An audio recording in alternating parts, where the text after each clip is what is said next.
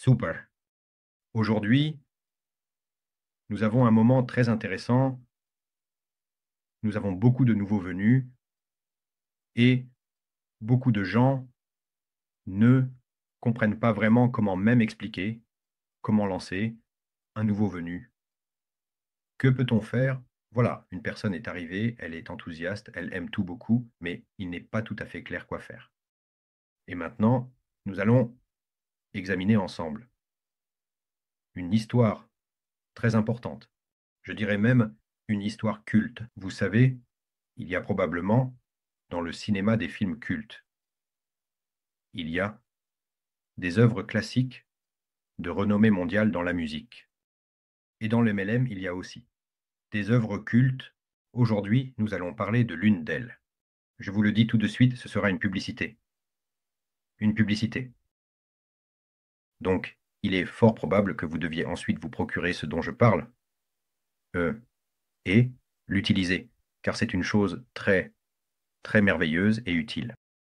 Euh, donc, si cela vous intéresse, je pourrais prendre, par exemple, un débutant au cours du processus.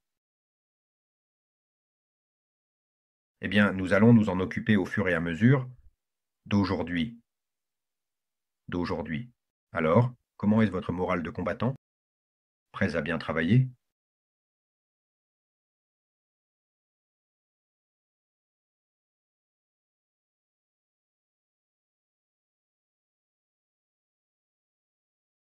Les troupés sont toujours prêts. Oui, excellent.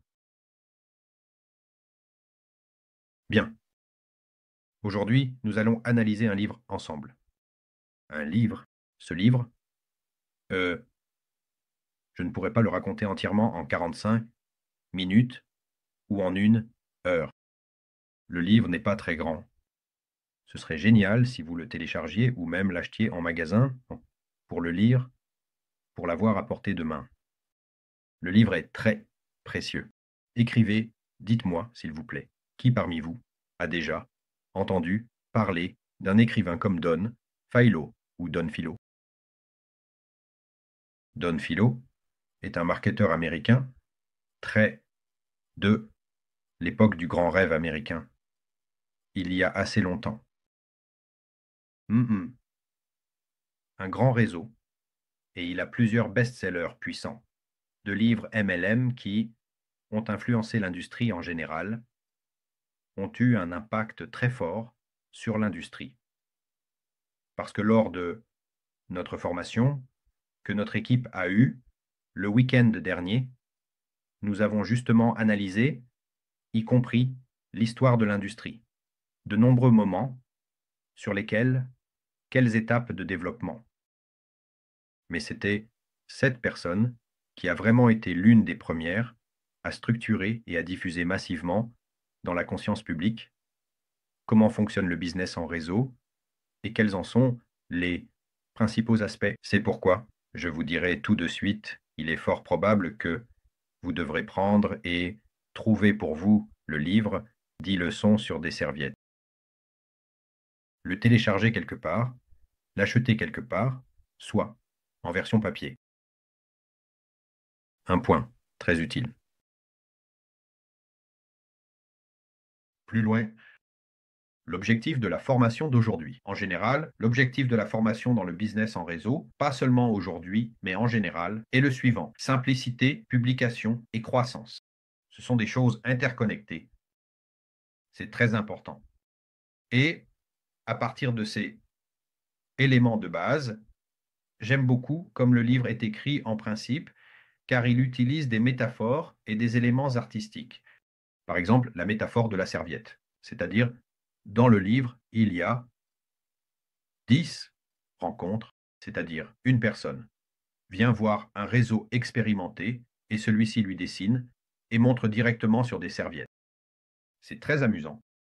La serviette est ce petit morceau de papier qui est toujours à portée de main. Analysons cela. Alors, première thèse, la simplicité est la clé de la duplication. C'est un point très important. Dans ce cadre, je voudrais vous dire, s'il vous plaît, n'essayez pas de créer des thèses compliquées des mots compliqués. Même le mot thèse, c'est un mauvais mot, c'est sorti automatiquement. Mais en réalité, vous, en tant que réseau, devez être simple et compréhensible. C'est très important. Pas seulement en tant que réseau, mais en rapport avec le business de réseau. Quand vous rencontrez quelqu'un, vous discutez. Votre tâche est de lui expliquer avec des mots aussi simples que possible, aussi simples que possible. S'il vous plaît, n'utilisez pas de mots compliqués. Compliqués. Ne le plongez pas dans la complexité. Voilà. Alors, allons-y. Analysons. Première leçon, la simplicité est la clé de la duplication. Un business réussi peut être expliqué sur une serviette, c'est-à-dire avec un schéma court et simple. Parce que la simplicité engendre la répétabilité ou la duplication, c'est-à-dire la possibilité de répéter. Et le business en réseau fonctionne, justement quand il est facile à reproduire. C'est justement une grande question que j'ai à ce sujet. Point. Puis, avec le caractère suivant. Beaucoup de gens pensent que pour réussir dans le business en réseau, vous devez avoir des réseaux sociaux très bien développés. Vous devez avoir des entonnoirs bien établis, une équipe de marketeurs qui travaille pour vous, et ainsi de suite, et ainsi de suite, et ainsi de suite. Ce modèle est peu duplicable, donc il peut être utilisé à des niveaux où vous avez déjà une grande équipe. Mais au début, il est préférable de faire des choses que n'importe qui peut reproduire. Plus loin, en expliquant tout, essayez de jeter quelques points, de visualiser, c'est-à-dire même de manière simple. Par exemple, toi, tu as invité Pierre, et là, quelque chose s'est passé, clarté. Par exemple, vous montrez un modèle, moi seul, j'ai inscrit 5 personnes, et chaque personne a inscrit 5 personnes, par exemple. Il est clair, écrivez, s'il vous plaît, un petit plus, enfin, le numéro 1, si vous comprenez de quoi je parle.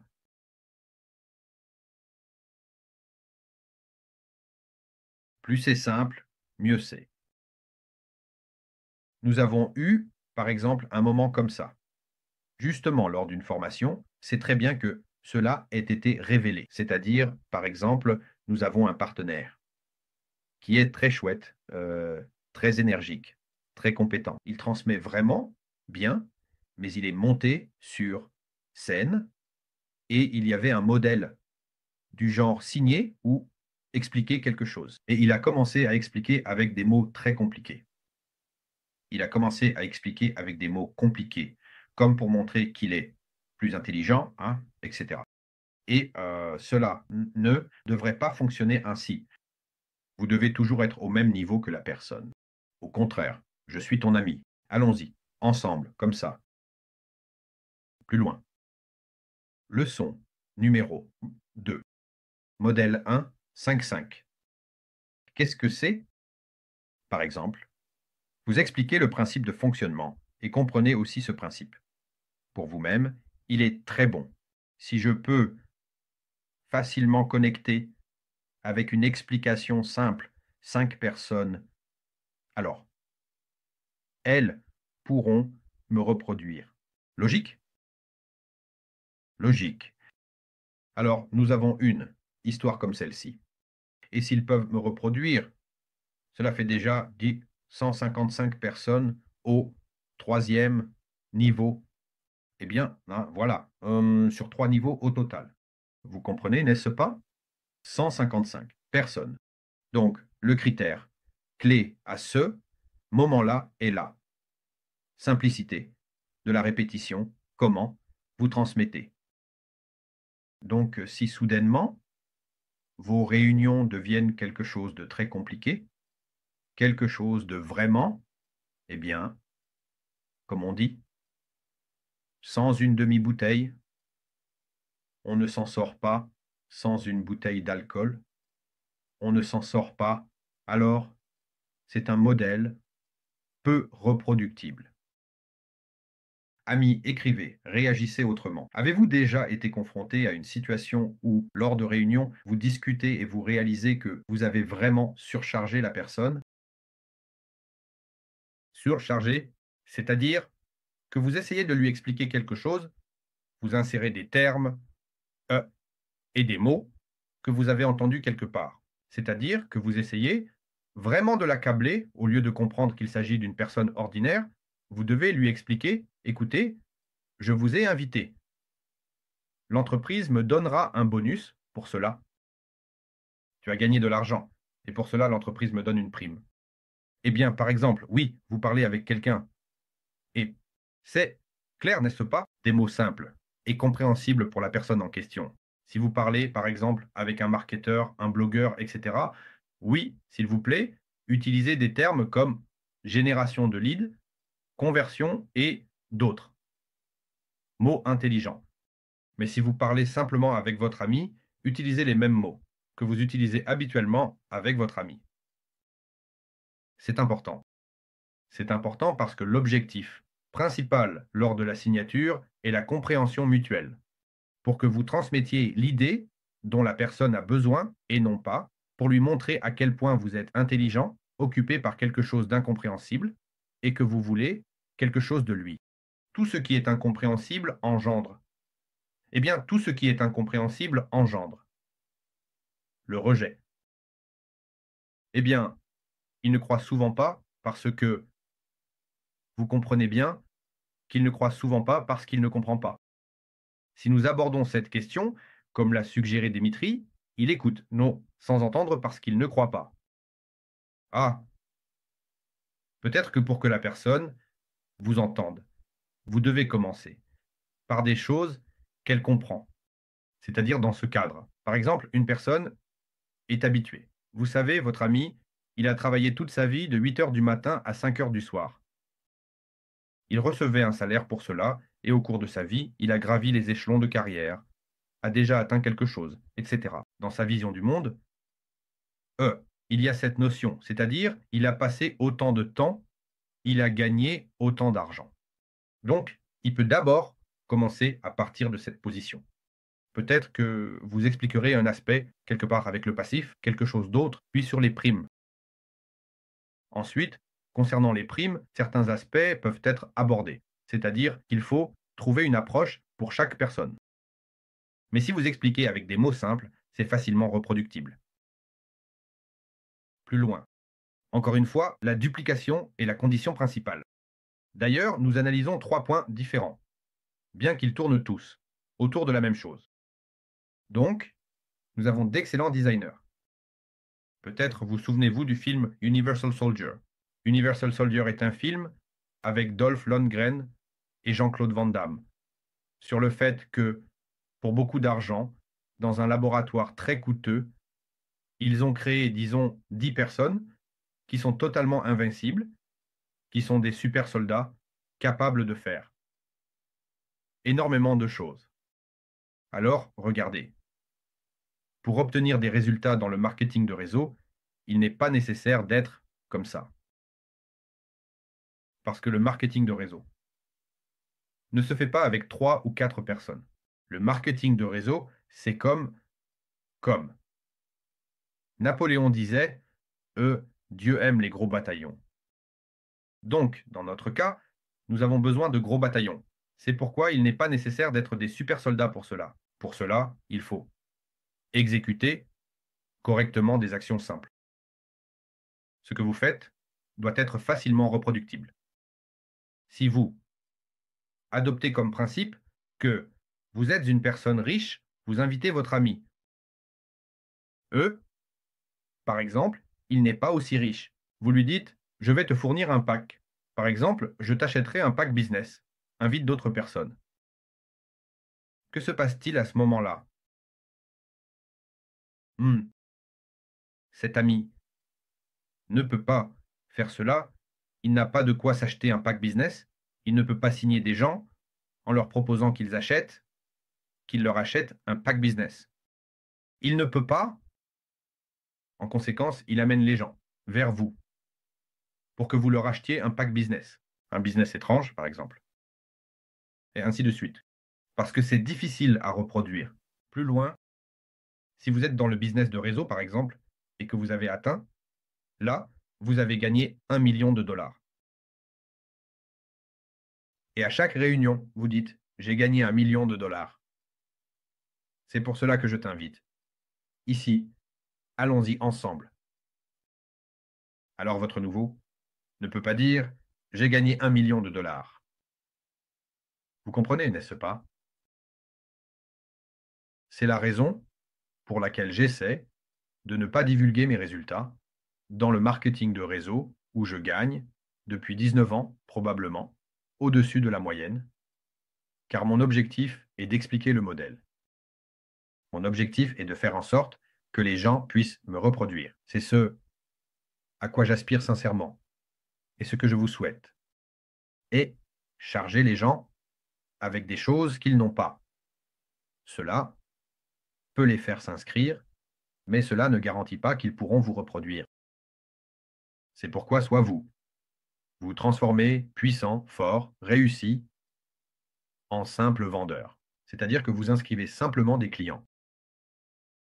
Ou bien vous leur parlez des choses qu'ils peuvent reproduire.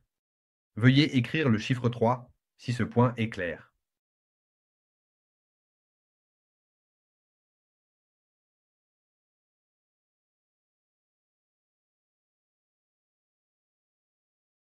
Eh bien, par exemple, si vous êtes un officier de police, voilà, et vous, eh bien, je ne sais pas.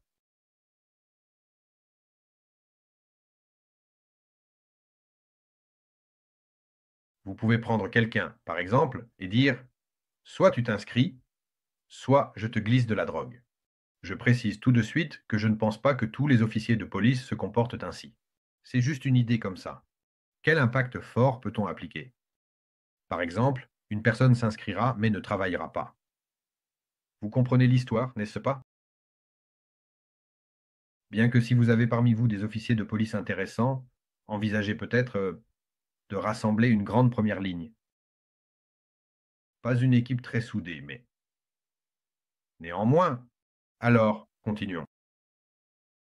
Leçon 4. Allons-y. Il est important de montrer, pas d'enseigner. Chacun de vous a son propre mentor, et vous êtes le mentor de quelqu'un.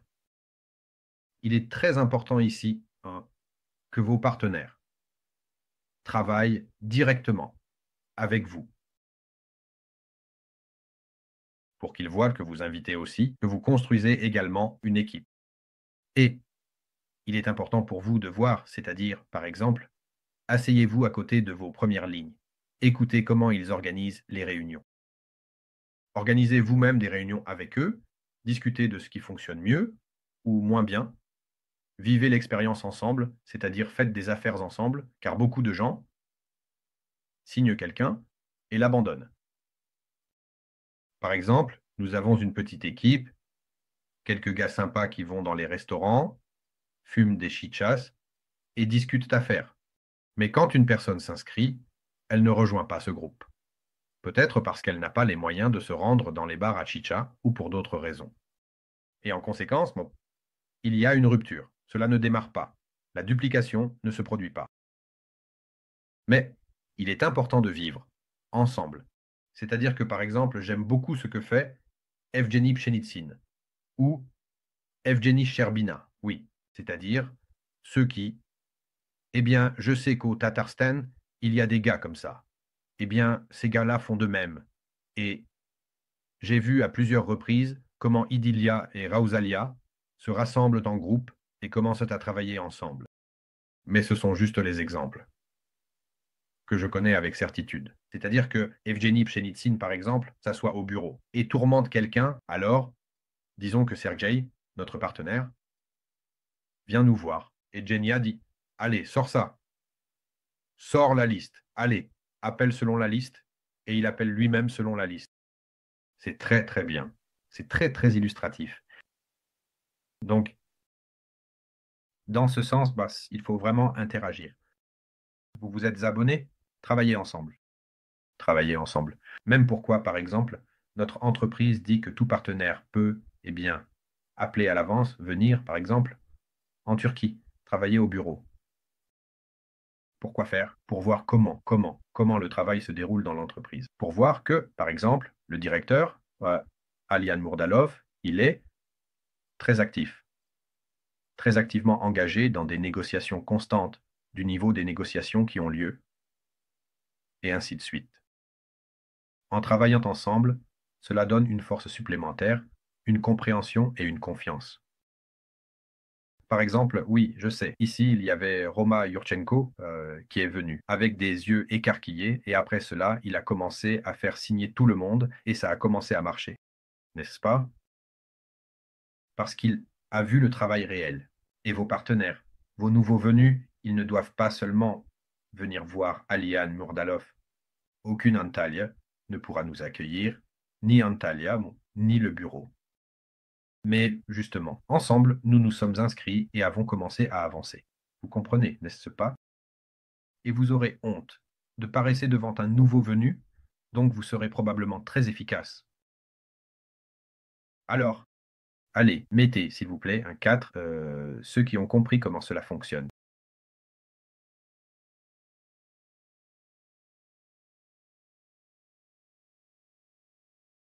Ensuite, le cinquième, gestion du temps. Une chose incroyable. Je sais que beaucoup de gens sont catastrophiquement occupés. Ils sont toujours occupés, mais pas toujours efficaces. Être occupé est facile, mais être efficace est beaucoup plus difficile.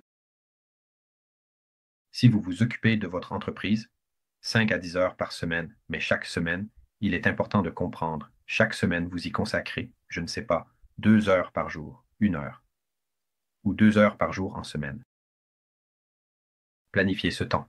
Tout comme les gens vont à l'entraînement, planifiez de la même manière votre succès dans le business en réseau. Comme les gens vont, je ne sais pas, promener le chien de la même manière régulièrement pour que vous ayez 1 heure par jour pour appeler quelqu'un et faire autre chose, quelque chose. Alors au moins, écrivez des plans. C'est-à-dire que tout mouvement vers le business en réseau, vers la construction de notre entreprise, est déjà utile, car les actions quotidiennes forment le résultat. Je pense tout le monde connaît cet exemple, que d'aller à la salle de sport et de s'épuiser là-bas en 3 jours est bien pire que d'étaler ces 3 jours sur une semaine, par exemple, n'est-ce pas? Voilà. Ou bien venir s'épuiser en 2 semaines. Ce n'est pas la même chose que de s'entraîner pendant 3 mois avec beaucoup moins d'intensité. Même si on aime beaucoup sa femme, l'enfant naîtra quand même après 9 mois de gestation continue. C'est pourquoi la régularité, fonctionne très bien. Mettez 5, ceux qui ont compris. N'hésitez pas à poser des questions en retour, à demander, etc. Pendant que vous réagissez, je vais vous raconter tout de suite. Il se trouve qu'après le dernier entraînement, je me suis beaucoup épuisé et je suis tombé un peu malade. Alors, ne vous inquiétez pas, s'il vous plaît, je n'ai pas encore eu le temps de récupérer. Donc ma voix ne sera pas assez belle, sonore et énergique. Mais néanmoins, nous apportons un certain bénéfice. Avec le don du fichier, pour ainsi dire, en duo, plus loin. Leçon 6. Filtrage des partenaires. Ouh, maintenant tout le monde est comme oui, oui, oui, oui. Maintenant, nous allons choisir en gros. Celui-là, je l'aime. Celui-là, je ne l'aime pas. Je n'inviterai pas celui-ci. Mais celui-là, oui. Non, ça ne fonctionne pas comme ça. Regardez, nous inscrivons tout le monde. Nous inscrivons tout le monde. C'est-à-dire que nous prenons la liste et nous traitons toute la liste. Mais nous cherchons là des personnes, ce qu'on appelle vraiment chaudes. Alors, les amis, retenez cette phrase. Les petits bateaux en argent et en or. Ce moment, vous le lirez absolument dans le livre. Je vous raconte maintenant, de manière très, très succincte, certains moments du livre, mais dans le livre, c'est beaucoup plus développé. C'est écrit de manière intéressante, avec des schémas. C'est une lecture très utile comme ça. Et le livre lui-même n'est pas épais, vraiment pas épais, mais très intéressant. Lisez-le absolument. Alors, regardez comment c'est organisé. Très souvent, il arrive que... Alors voyons, Zilia est là. Je vois Zilia. Zilia, dis-moi s'il te plaît, combien de personnes sont inscrites dans ta première ligne, si ce n'est pas un secret.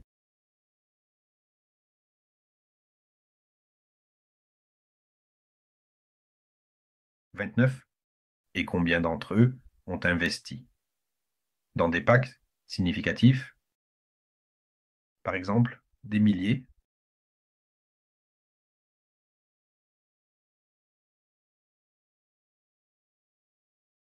17. Oh, c'est merveilleux. De bonnes statistiques, plus de la moitié.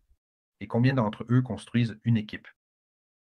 Eh bien, au moins 3 ou 4 personnes ont été recrutées.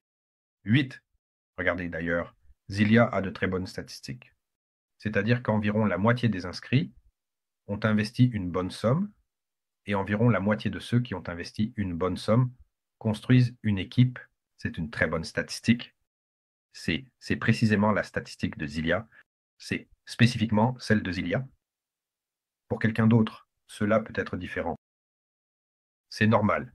Vous choisirez vos propres statistiques. Mais, quoi qu'il en soit, 20% des gens produisent 80% des résultats. C'est indiscutable.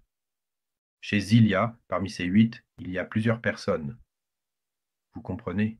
Il y a 3 ou 4 personnes qui font presque tout le travail. N'est-ce pas, Zilia?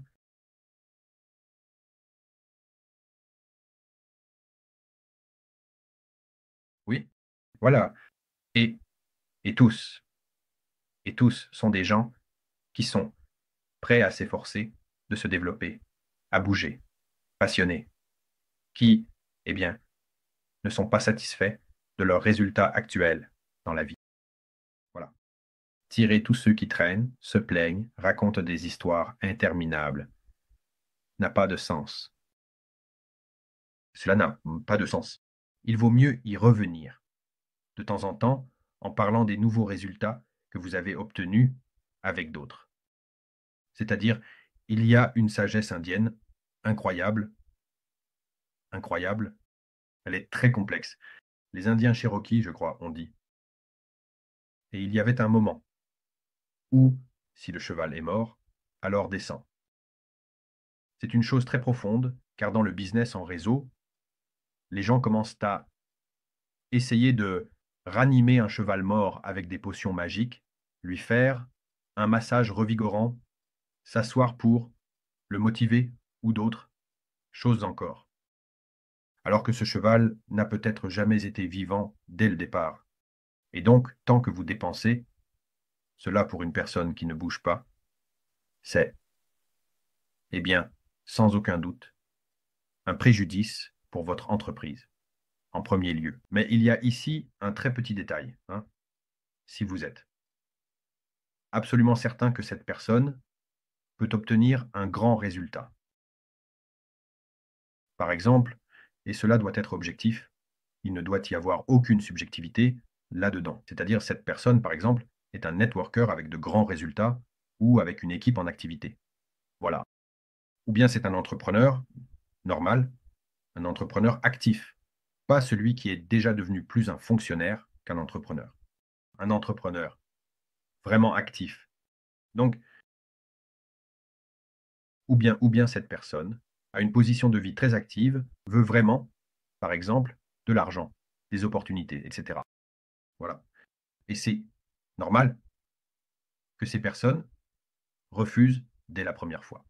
Et pour eux, il est peut-être nécessaire de passer plus de temps, mais sans les harceler, constamment, plutôt de temps en temps.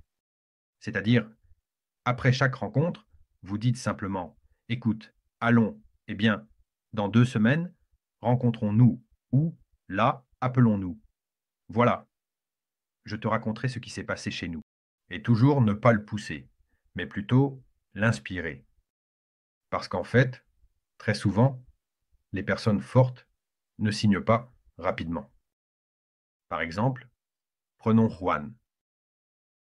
Nous, eh bien, principalement. Dima, Zulkarnaïev, voilà.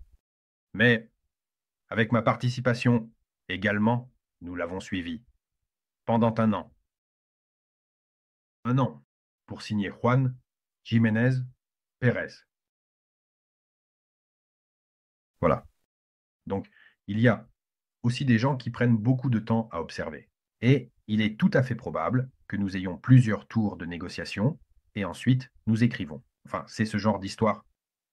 Donc, continuons. Mettez, oui, mettez. Un 6, ceux qui ont soudainement compris cela.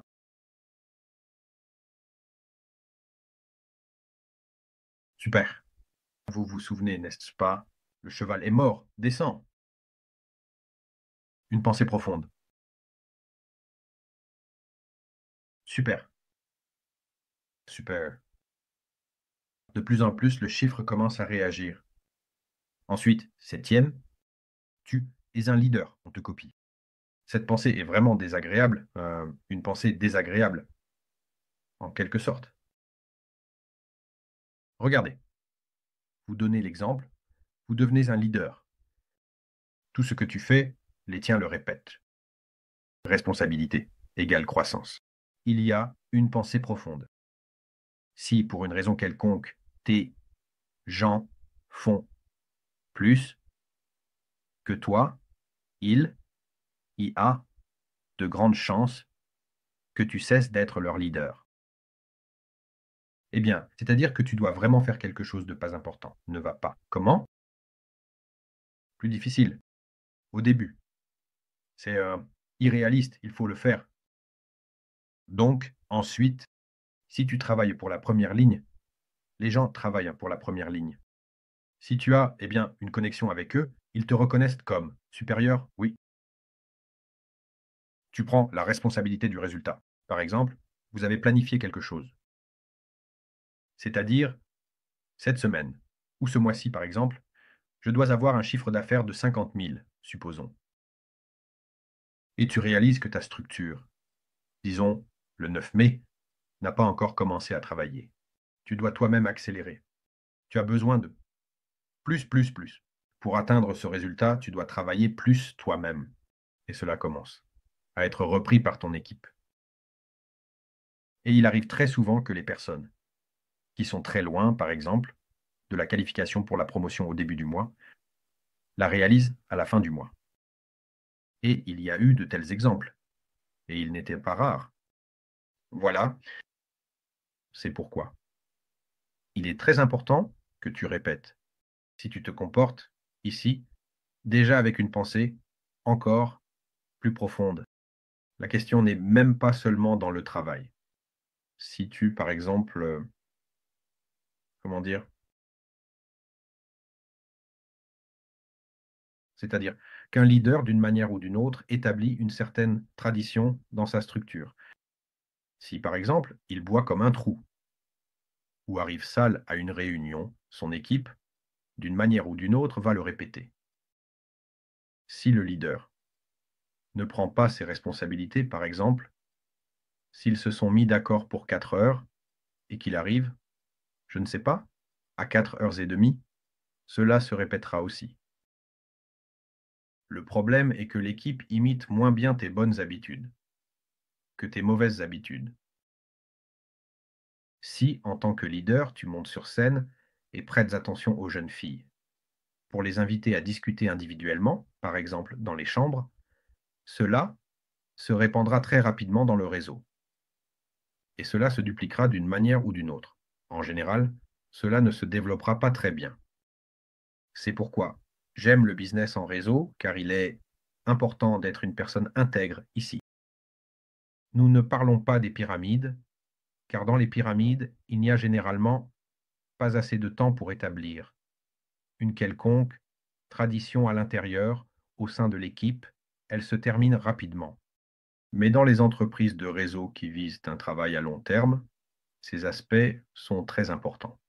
C'est pourquoi je dis que, en fin de compte, le marketing de réseau de type pyramidal et le marketing de réseau classique sont en réalité deux types de personnes complètement différents.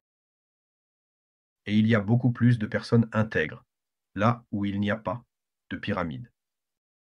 C'est-à-dire qu'il n'y a pas cet élément frauduleux et trompeur. C'est pourquoi, en fait, j'apprécie beaucoup le business de réseau. Durable, car il a une véritable valeur. Et, d'une manière ou d'une autre, en commettant certaines erreurs maintenant, cela se répétera à l'avenir. Enfin, plus précisément, cela pourrait influencer votre entreprise à l'avenir. Mais si vous agissez systématiquement, si vous vous comportez comme un salaud, excusez-moi, alors le temps remettra tout de même tout en ordre. C'est important de comprendre cela. Être une personne intègre c'est une position de principe. Réfléchissez-y, s'il vous plaît. Parce que nous nous reflétons tous dans nos organisations et nos organisations en nous. Alors, continuons. Oui, mettez, s'il vous plaît, le chiffre 7, ceux qui ont compris cela. Regardez, quelle pensée profonde. Profonde, profonde, profonde. Il s'avère que pour construire une grande équipe, il suffit de ne pas être un salaud.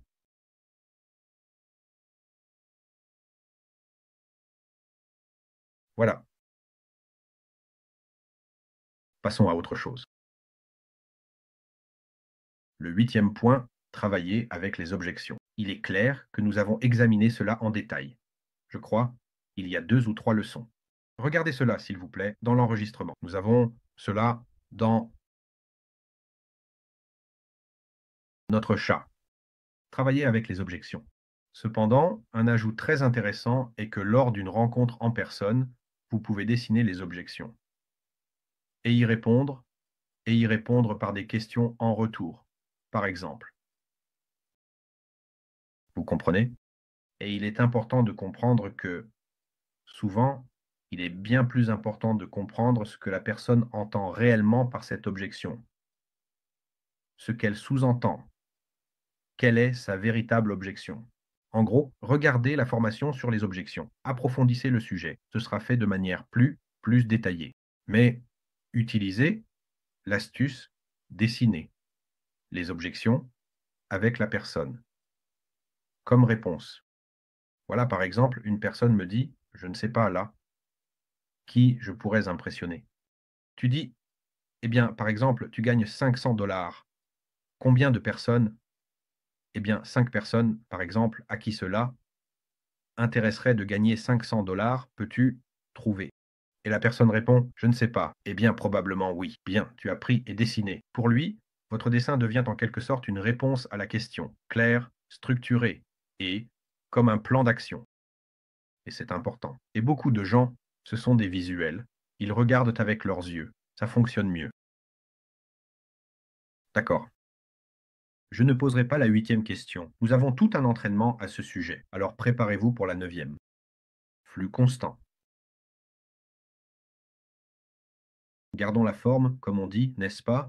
Regardez, sans nouvelles personnes, il n'y aura pas de croissance. Donc, d'une manière ou d'une autre, il faut impliquer des gens ou trouver des gens, réseaux sociaux, hors ligne, recommandations.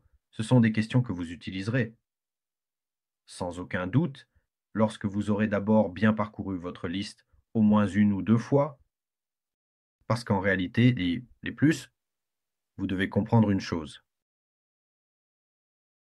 Si vous avez inscrit 10 personnes dans votre première ligne, ou par exemple comme Zilia qui a inscrit 29 personnes dans sa première ligne, cela signifie qu'elle a 29 listes dans sa première ligne, 29 listes d'au moins 100 personnes chacune, c'est-à-dire qu'elle a potentiellement près de 3000 personnes. Il est clair que c'est toute une épopée de faire travailler les gens ou même de leur faire écrire des listes. Mais potentiellement, cela existe. Et voici un point important. Si vous apprenez à habituer les gens à l'histoire d'écrire des listes, alors vos réseaux seront beaucoup plus solides, car de nouvelles personnes seront toujours générées à partir de là. La plupart des gens n'écrivent pas de listes. Tout le monde en a entendu parler, mais personne ne les écrit. Mais c'est précisément cette histoire qui aide très sérieusement, à développer et à faire croître le réseau. Vous comprenez que le business en réseau a été inventé il y a environ 100 ans, à une époque où non seulement les réseaux sociaux n'existaient pas, mais où Internet n'existait pas non plus en tant que phénomène. Il n'était même pas mentionné. Dans les livres, sur le futur, en fait, on n'en parlait pas, ni de beaucoup d'autres choses. Néanmoins, ce système fonctionnait déjà à l'époque et il fonctionne encore mieux aujourd'hui. Je vais même vous dire plus. Vous savez, il y a une étude.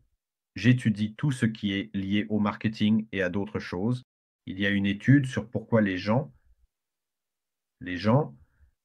sont devenus très accros aux séries. Vous avez remarqué, n'est-ce pas? Cela ne semble pas du tout lié au marketing de réseau, mais il y a actuellement un véritable boom des séries. Je suis malade depuis quelques jours, je suis même assis, j'ai acheté un abonnement payant, je regarde quelque chose qui passe, d'autres moments passent, j'ai pris une série, j'ai regardé pendant quelques jours, etc. Mais on pourrait penser que les gens ont accès à Internet. Ils peuvent regarder tout ce qu'ils veulent sur la planète Terre. Mais les gens choisissent les séries. Pourquoi? Parce que maintenant, c'est énorme. C'est-à-dire qu'il y a tellement de choix maintenant que l'on ne sait plus où donner de la tête. Et la personne est comme ça. Ah ah, elle a regardé le premier épisode, les personnages semblent corrects, la musique est bien, l'intrigue est intéressante. Je ne veux pas continuer à choisir, je veux juste regarder, enfin, la suite. Vous comprenez, n'est-ce pas? Et c'est la même chose avec les listes. Écrivez des listes. Les listes fonctionnent mieux que les réseaux sociaux. C'est comme ça. Les réseaux sociaux, ce sera génial de les ajouter plus tard, quand vous aurez grandi, et c'est pourquoi il est essentiel de suivre des formations sur les réseaux sociaux pour vous préparer une base pour l'avenir. Parce qu'il n'y aura pas un moment où vous gagnerez beaucoup d'argent et vous vous direz, je vais m'occuper des réseaux sociaux. Il faudra plusieurs mois juste pour les lancer, les accélérer, les peaufiner, les remplir, etc., etc. C'est pourquoi il vaut mieux préparer les traîneaux en été. Mais il faut travailler sur le terrain. C'est mon grand message pour vous. Oh, surtout si vous êtes débutant. Si vous n'êtes pas débutant, vous avez déjà tout un tas de choses que vous avez développées. Alors, faites comme vous le jugez nécessaire. Pour les débutants, habituez-vous à ce qu'ils commencent avec leurs connaissances. Écrivez 9, qui sait? Qui a compris?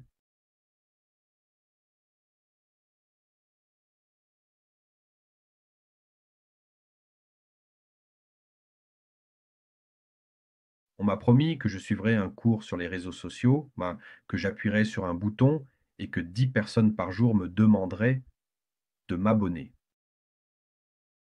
Qui répondra? 10 personnes par jour vous demandaient de vous abonner. Il vous faut tellement de force, de temps, d'énergie et d'argent pour investir dans votre réseau social pour créer simplement votre propre grand média. C'est-à-dire que chez Juan, il y a une équipe, je crois, de 6 ou 7 personnes qui s'occupent de la promotion. Et si Juan n'avait pas personnellement signé un grand nombre euh, de réseaux, il n'aurait pas eu un tel résultat maintenant. Eh bien, c'est un exemple frappant. Donc fixez-vous l'objectif, c'est-à-dire de contacter au moins une personne par jour, de discuter avec elle, etc. Plus loin. Et voici, leçon numéro 10. Ton grand objectif est important. Il faut clairement déterminer pourquoi tu fais du MLM, pourquoi. C'est-à-dire pourquoi as-tu besoin d'argent?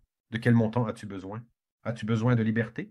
Ou peut-être as-tu besoin de reconnaissance? As-tu besoin de réalisation personnelle ou d'autres aspects? Quoi? C'est-à-dire identifier précisément ce qui te plaît. C'est très important de comprendre cela, car ton véritable objectif, celui qui t'inspire vraiment, est une source infinie d'énergie.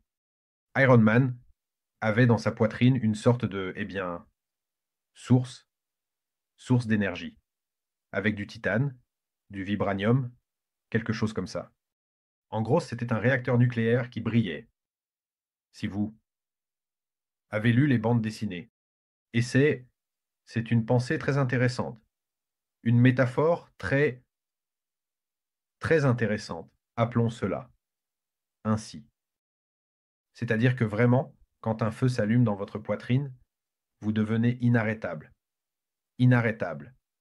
Et votre objectif, c'est votre feu. Et donc, s'il vous plaît, écrivez précisément votre objectif et fixez une date pour l'atteindre. Cette date n'a pas besoin d'être immédiate, je ne sais pas. Et oui, et l'objectif aussi, regardez, pas quelque chose du genre je veux aller aux toilettes Quand? Dans une demi-heure. Hop, je suis une personne réussie, j'obtiens toujours ce que je vise. Enfin, ou là, je ne sais pas. Non, sans aucun doute. Cherchez quelque chose qui vous inspire vraiment. Et donc, par exemple, ici, nous étions assis avec Alexandre Baumgartner et il a simplement dit: «Je veux une voiture», par exemple, n'est-ce pas? Nous étions assis avec lui et nous avons vraiment examiné les pick-up. Nous avons même trouvé des pick-up, de la taille d'un énorme bus à 2 étages. Alors, il a décidé qu'il n'avait pas besoin d'un si grand. Mais néanmoins, à ce moment-là, cela a vraiment stimulé Alexandre. Et à ce moment-là, il était aussi un peu déprimé. Par exemple. Donc, avoir un objectif, c'est vraiment génial. Et si vous connaissez également les objectifs de vos premières lignes, de vos personnes clés, cela vaut vraiment de l'or si vous les construisez ensemble. Voilà. Alors, écrivez 10 objectifs et le chiffre 10 si vous avez compris pourquoi il est nécessaire de le faire.